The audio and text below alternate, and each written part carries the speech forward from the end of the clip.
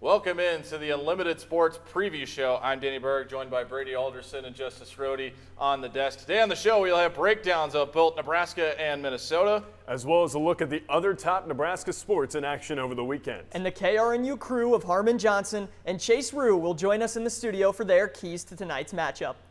This is the Unlimited Sports Preview Show on Nebraska Nightly.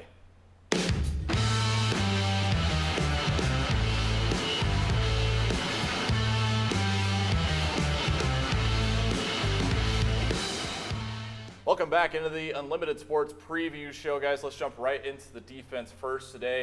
And what was expected to be a get-right game for the Huskers last week turned into one of their worst net outputs of the entire season. Yeah, what I didn't expect, they were finally facing a team who wasn't really a good running team. Maryland coming in, their most rushing yards against a Power 4 team, only 61. They rushed for 130 against that Nebraska defense. Yeah, and the big thing was the secondary looked rather pedestrian against a Maryland offense that was more than game to pass the football around the yard. Guys, they sat in zone for most of the game, and Malik Washington had a field day. Over 200 yards passing, a touchdown. The biggest number in the column for him, 0 on the interception board. He was able to play clean football, and Maryland was really able to pick apart that Nebraska defense with a fervor. Yeah, the rush defense for Nebraska has especially been hit hard this year. You look at last week, against a Power 4 team, Maryland posted their best output of the season against Nebraska, nearly doubling their second closest total.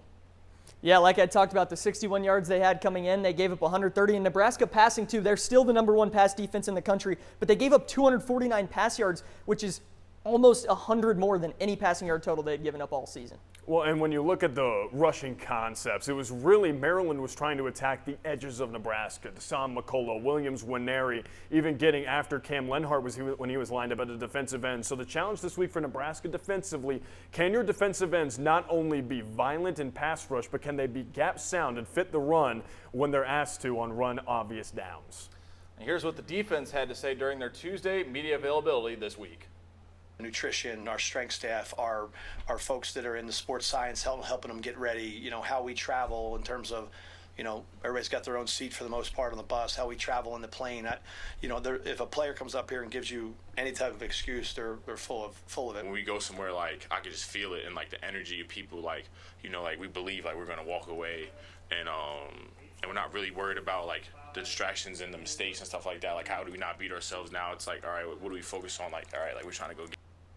Now switching over to Nebraska's offense, the quarterback play last week against the Terrapins was not squeaky clean whatsoever from Nebraska sophomore signal caller, but Dylan Raiola stepped up when his team needed it most. Yeah, I thought what was interesting, the 3 turnovers, stats say that if you turn the ball over 3 times, you go -3 in the turnover differential. You only have a 7% chance to win the game. And like we talked about it, the Huskers found a way. Dylan Raiola stepped up when they needed him most. Well, I think that was from a career day from Emmett Johnson, a career high in rushing yards. Got 176 on the ground. When you get that kind of ground output, it allows for a balance offensively, and it took the pressure off Dylan Raiola to have to make plays at an extent that he wasn't normally used to, and he was able to utilize the quick game to Isaiah Hunter for a 64-yard strike. And down at the end, he utilized every bit of offensive personnel. Dane Keene, Isaiah Hunter, Luke Lindenmeyer, even Heinrich Harburg. When he was needed most, Dylan Raiola stepped up and showed why he's worth exactly $3 million that he's paid.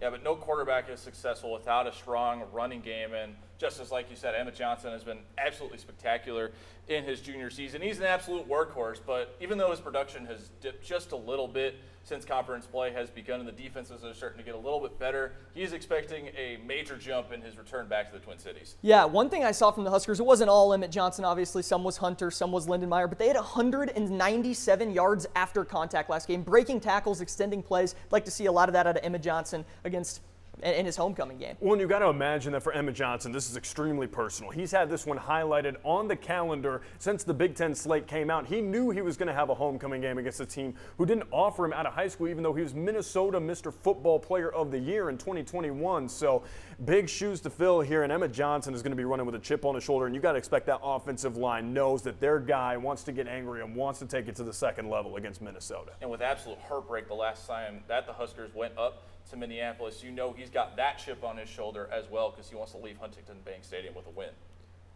Here's what the offense had to say during their Tuesday media availability this week. I'm proud of, how I've been playing and the other guys have been playing, but I got a lot more work to do, and this team has a lot more work to do, so that's what I'm focused on, is just getting better today, watching the film, how can I, get ready for Minnesota. Even before Coach Rule got here, our class was a small, tight class. So just seeing Emmett have all the successes, I just feel nothing but joy for him, and I'm excited for him this week, to go back home and to bring the show on the road. The story is crazy. He's the way he grew up and everything, that he's been so overlooked by everybody, and for him to have a chance to go back there and make his statement, make his mark, is special. When we look back to the game a week ago for Nebraska, guys, what did you see that stood out as a whole for the Cornhuskers? I think one thing that I have to mention is the sacks. They had a really big problem with sacks, and then Maryland come in, they're first in the Big Ten in sacks. You're expecting a big day for the Maryland defense. They only get 1 sack against that offensive line. I think that's a big part to the run game. When you're running the ball, there's not as much of a chance for them to get to that quarterback, and Nebraska ran the ball efficiently. Yeah, and I think when you look at that, like you were talking about, the 197 yards after contact, the offensive line, like you were talking about, not only were they good in pass protection, but their run fits were impeccable. Emmett Johnson, largely, for the majority of the game, wasn't getting hit until he got to the second level. So if Nebraska can keep that trend up against a Minnesota team that has had trouble tackling in space over the last couple weeks, that bodes really well for what Dana Holgorsen wants to do offensively when you talk about getting the ball out in the quick game, utilizing the run game, and even trying some of the deeper passing concepts with the tight ends and some of the wide receivers. If they can make Minnesota tackle in space, it's a really good game plan, and it bodes well for what Nebraska wants to do offensively. Coming up on the other side of this break, we'll dive into the Minnesota Golden Gophers and take a look at what they need to do to beat the Cornhuskers this week.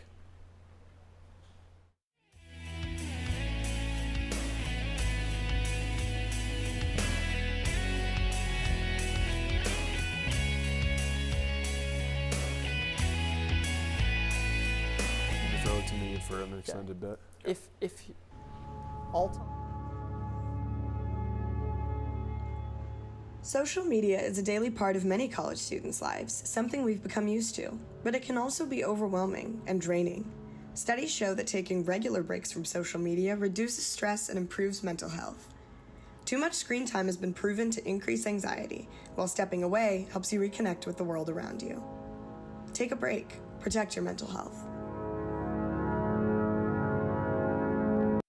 The need for blood never stops. And at the Nebraska Community Blood Bank, your blood could help save lives. Right now, only 7% of the population donates blood. But imagine if there were more. We're sitting at below a 7-day level of supply of all blood types across the board. So every blood type is important, and we need all donors of all types to come in and donate right now. At the Nebraska Community Blood Bank, they believe that all types make a strong blood supply.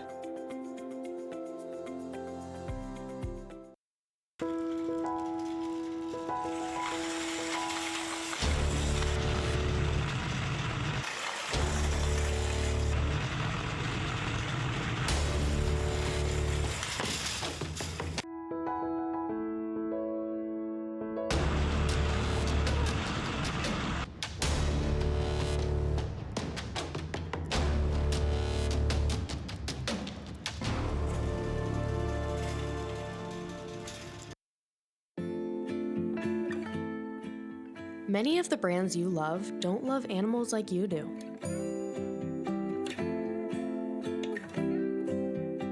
Look at the labels of products you use for a bunny logo signifying they don't lab test on animals.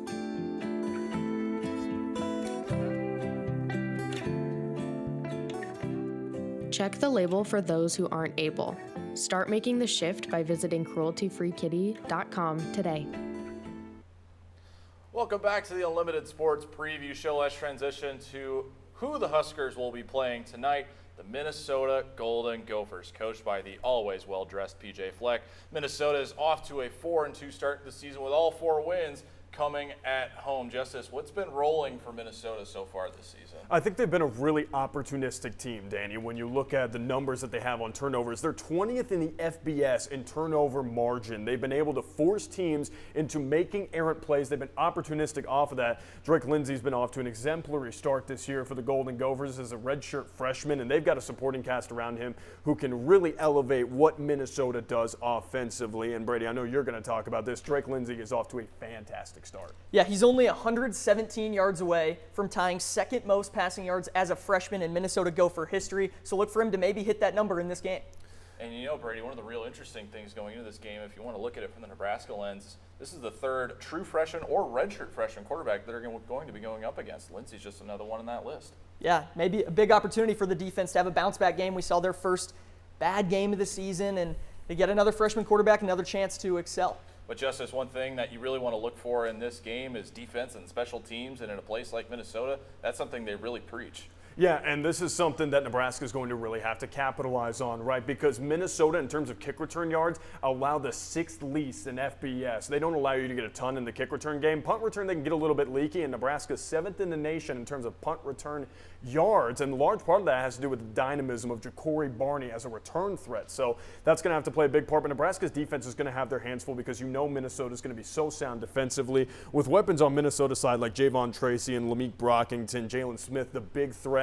But look out, guys, for Jamison Gears. He's the tight end here, 123 receiving yards. He's going to play into what Minnesota wants to do offensively, where they try to sit him down in some soft zones, take advantage of quick play action shots where they get him working over the middle. He's a name to watch out for because Nebraska's linebacking core defensively isn't up to the task with their man-to-man assignments. Gears is going to have a huge day for the Golden Gophers. 10 takeaways this year for Minnesota. They've been able to create a lot of short fields. They've been able to score on those takeaways. Nebraska has not really been prone to offensive fumbles or losing the ball. We saw some of the interceptions last week from Raiola, but so far they've been playing pretty clean. But we know in a game like this, a rivalry game like this, everything's fair game. Yeah, you mentioned the turnovers. Nebraska -3 turnover differential last week. Minnesota +3. They had forced 4 turnovers. They're 4th in the Big Ten in turnovers. And John Nestor has 3 interceptions for them. That's 3rd in the Big Ten. They take the ball away quite a bit. Well, and don't forget about Coy Parrish, the do-it-all safety for Minnesota. Was also a Minnesota Player of the Year before he came over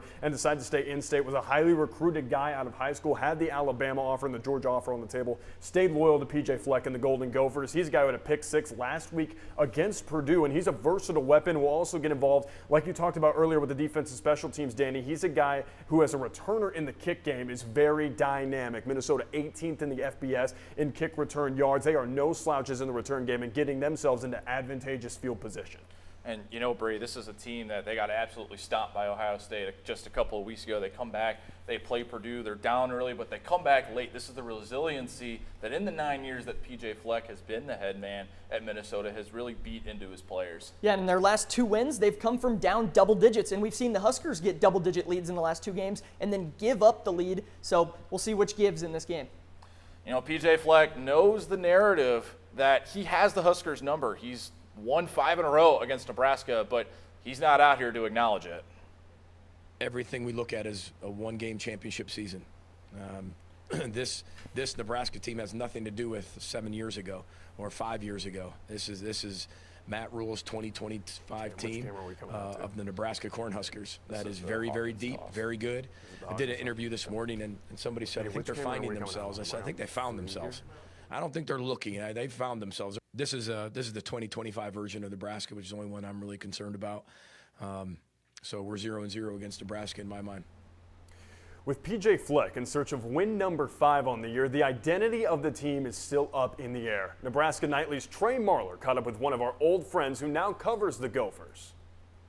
Thank you, guys, as I'm now joined by Nathan Hawkins, former Nebraska Nightly sports director and current weekend sports anchor at KTTC in Rochester, Minnesota, covering the Gophers every weekend. Nathan, thanks for hopping on with us. Great, thanks for having me. It's cool to return. I thought I hung up the Nightly reins a couple of years ago, so it's cool to return here. You can never escape too much. We'll always find a way to get you back in when we can. But we'll dive in here to Minnesota Gophers. I guess, Nathan, what should Nebraska fans expect from Minnesota on Friday night? Yeah, I think Minnesota is a team that's still kind of looking for an identity in some ways. They have a freshman quarterback who has flashed, as freshman quarterbacks tend to do. Nebraska knows the way of a young, talented freshman quarterback pretty well. Ups and downs like you'd expect.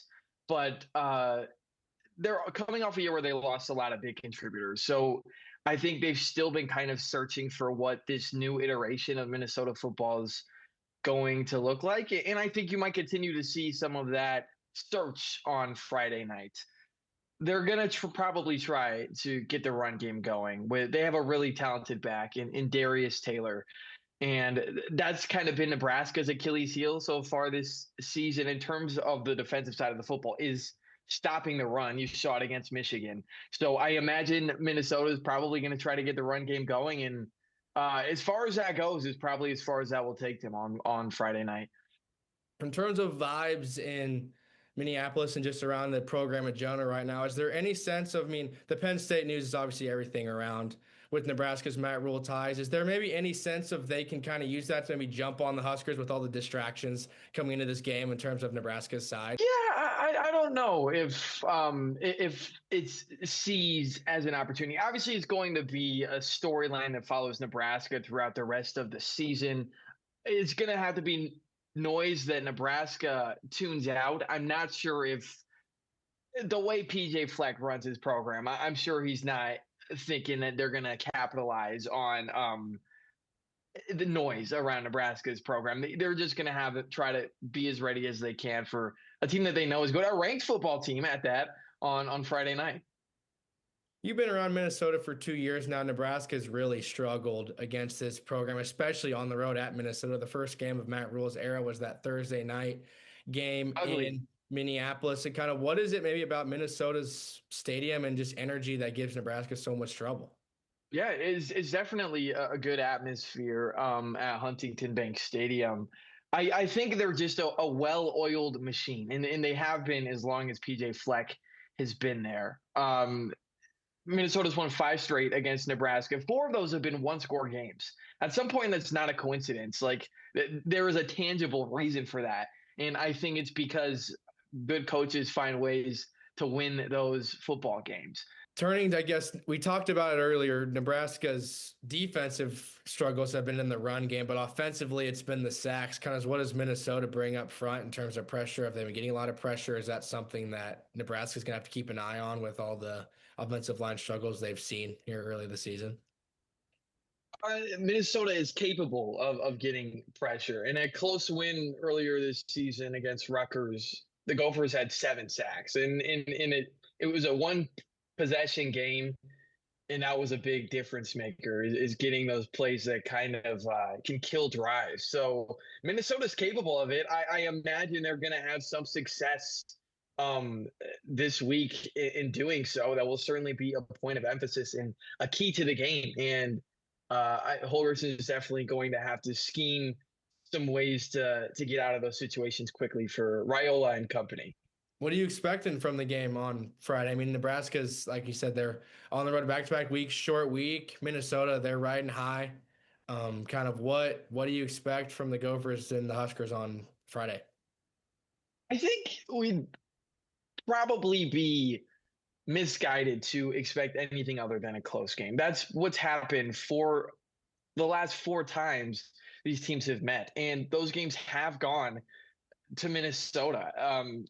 Will that happen again? I'm not saying it will. Nebraska seems like they might be in that process of turning the corner. This might be the season they do that. But I think in order to get there for the Huskers, this is kind of a game you have to win against a team that's always competent, usually good, and has found a way to beat you year in and year out. So I think we're going to see a close game. I think we're going to see Minnesota really try to run the ball. It hasn't happened yet much this season, but I think that's really the place where they can win that football game. Darius Taylor is a capable running back.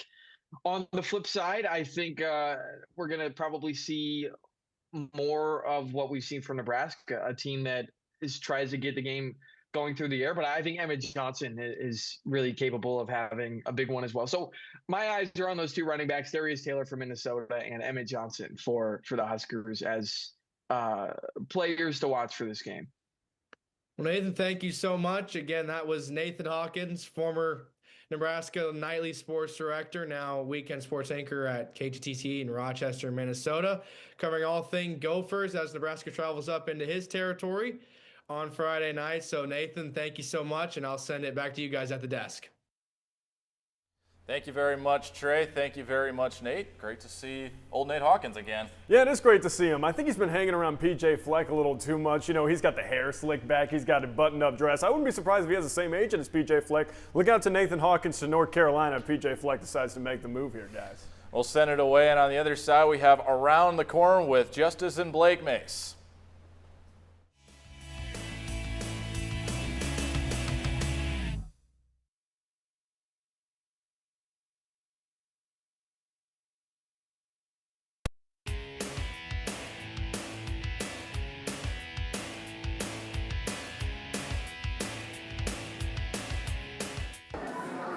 Okay, so how about this much? I don't know. Well, how about this much? I don't know. How about, Actually, I don't know. okay, maybe this much? I don't know. The very tip of your pencil, a fraction of a raindrop, 3 grains of salt. That's how much it takes for a dose of fentanyl to become lethal. Learn more at realdealonfentanyl.com.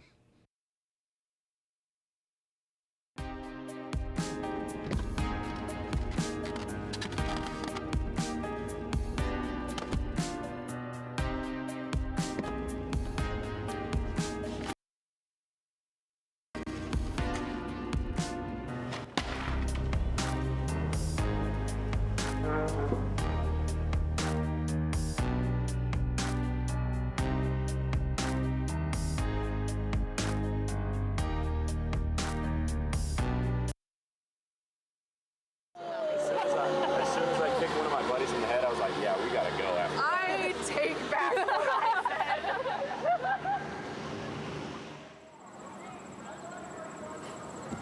said. Hey, you done for the day?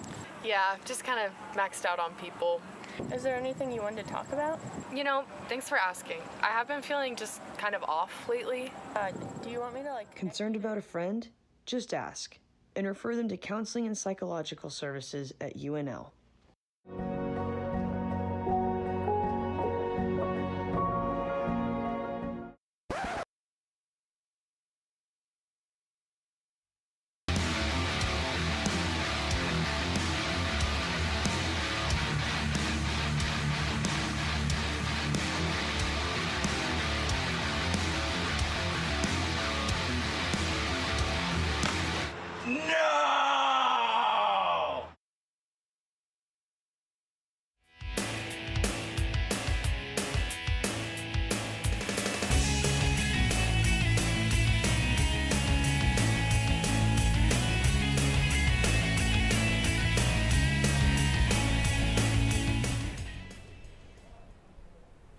Welcome to another edition of Around the Corn. I'm Blake Mason. Sliding over from the news desk is Justice Rohde. He's joining me today.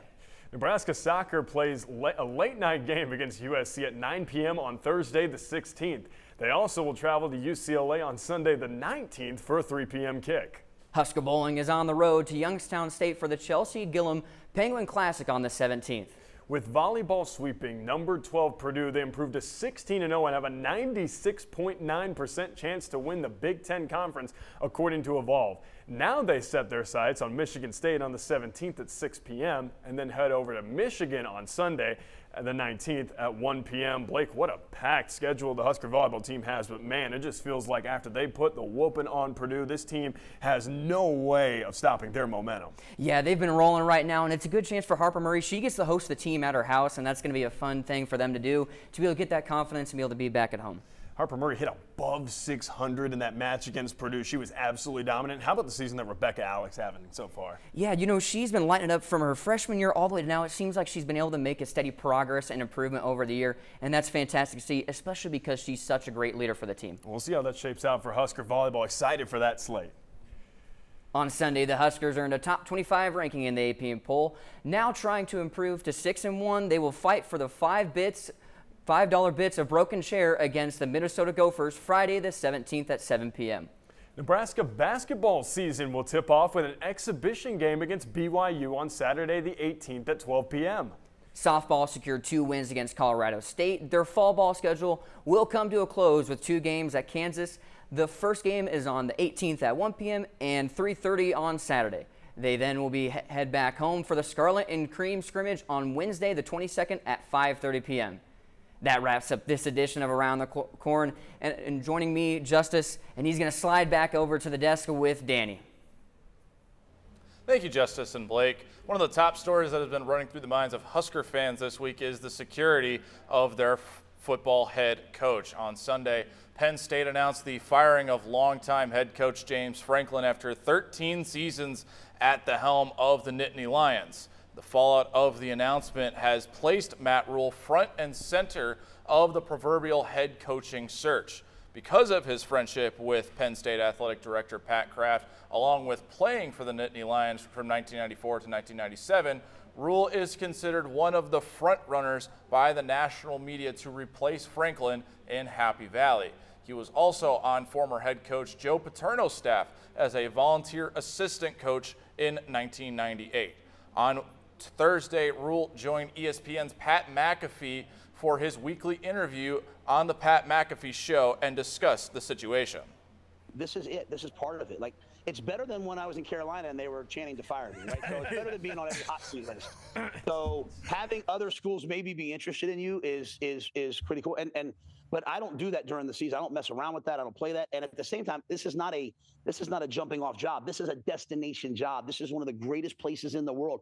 This is a town of 300,000 people. This isn't everyone says like Lincoln. It's 300,000 people here in Lincoln. Like, I can do whatever I want here. I have a great young team, the youngest team in the Big Ten. Think about how good we'll be next year. Now, I'm not thinking about next year, but where we are right now, like, we're learning. Think about where we're going to go with Dylan and all these guys. So I refuse to be distracted. At the same time, when it's your alma mater, you have to show it love and respect. And I hope, and I love Pat Kraft. They'll find the right coach for them, whoever that is. But like, this is a destination job that should be a national bully, that should be a beast. Justice and Brady will give their thoughts on the Matt Rhule Penn State situation on the other side of this break, before the KRNU Keys to the Game with Harmon Johnson and Chase Rue.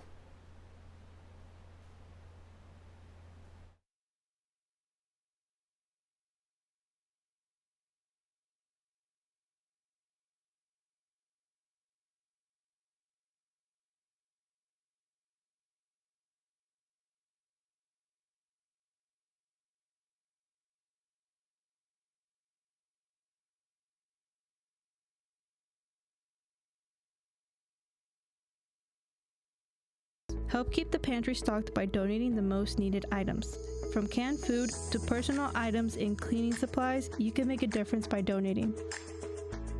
Learn how to donate by visiting pantry.unl.edu.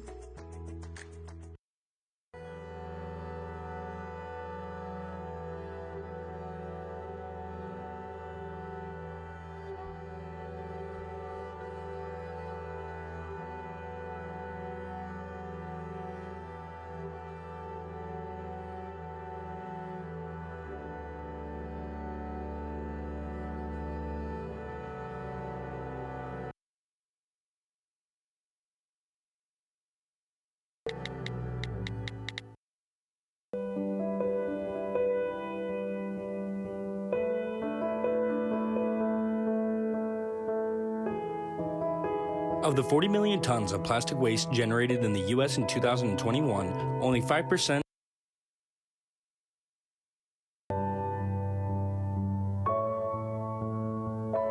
Make sure you do your part in keeping Anderson Hall clean. For more information on recycling statistics, visit epa.gov today.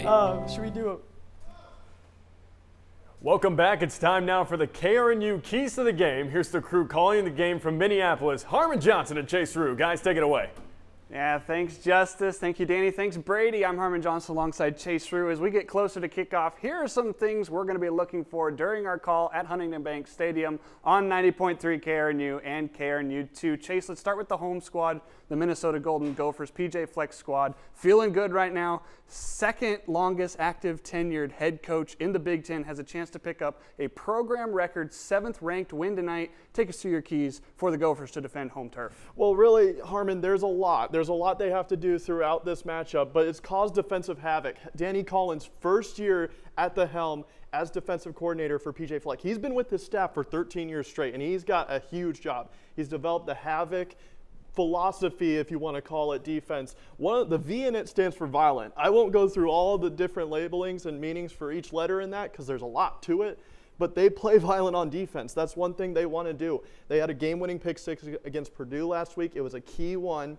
And John Nestor, transfer from Iowa, he has been key. Didn't play at all for Ferentz when he was there with the Hawkeyes, and now has 3 INTs. He's proving a point with the Gophers so far. Darius Taylor, he's healthy now. He started against Purdue last week, did pretty solid against them, but 10 touchdowns last season, and he didn't produce any last week. He didn't get many yards off his carries. He averaged about 5 yards a carry last season. Need to see that. The run-pass offense has been disparate, 115-yard difference, a pass-heavy offense Minnesota's been so far.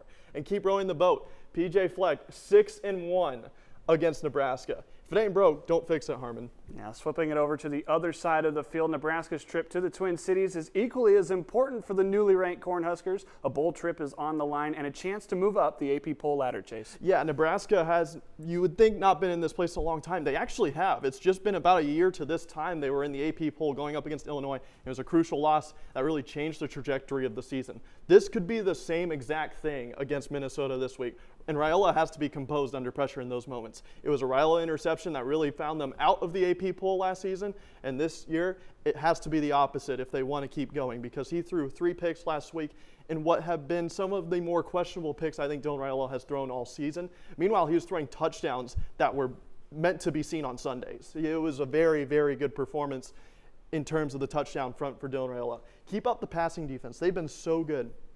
131 pass yards per game, that leads the FBS, the entirety of the FBS, and 151.3 rush yards per game. That's middle of the pack in the FBS. It's kind of weird, Harmon, because it's been a complete switch of roles of where the defense has been strong at for the Cornhuskers so far this year, and they need to prove themselves on the road to really, really solidify themselves as a true Matt Rule Year 3 team. Certainly a lot on the line later tonight. Be sure to tune in to 90.3 KRNU or KRNU2 at 6:30 p.m. for pregame coverage with Beck Frazier and Bobby Schneider. And then remember to stick around for kickoff at 7 p.m. from Huntington Bank Stadium. For Chase Rue, Harmon Johnson, Danny Justice Brady, back to you guys at the desk. Thank you to the KRNU call. Like Harmon said, they'll have the coverage beginning at 6:30. Guys, real quick, we talked about the Matt Rule situation before break.